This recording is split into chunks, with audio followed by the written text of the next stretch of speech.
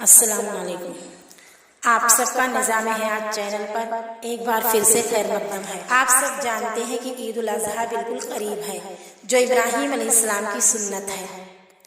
آج ابراہیم علیہ السلام کے حوالے سے میں آپ لوگوں کو حقیقت پر مبنی ایک مختصر سا واقعہ سناؤں گی۔ امید کہ آپ لوگوں کو پسند آئے گا۔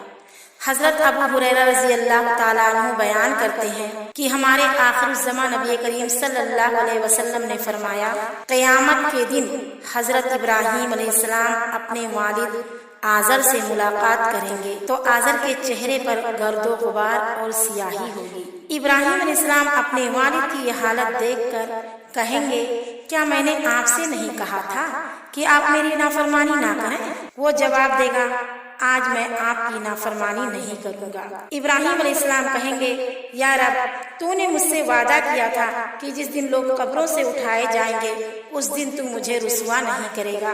اس سے بڑھ کر میرے لیے اور کون سی رسوائی ہو سکتی ہے کہ میرا باپ تیری رحمت سے دور جہنم میں جا رہا ہے۔ اللہ تعالیٰ فرمائے گا، میں نے جنت کافروں پر حرام کر دی ہے۔ ابراہیم علیہ السلام سے کہا جائے گا، آپ اپنے قدموں میں دیکھیں کیا ہے۔ وہ دیکھیں گے تو نجاست سے لتڑا ہوا ایک بجو یعنی گوہ نظر آئے گا، جسے ٹانگوں سے پکڑ کر جہنم میں پھینک دیا جائے گا۔ اللہ ہمیں ایمان کے زیور سے مالا مال کرے، آمین۔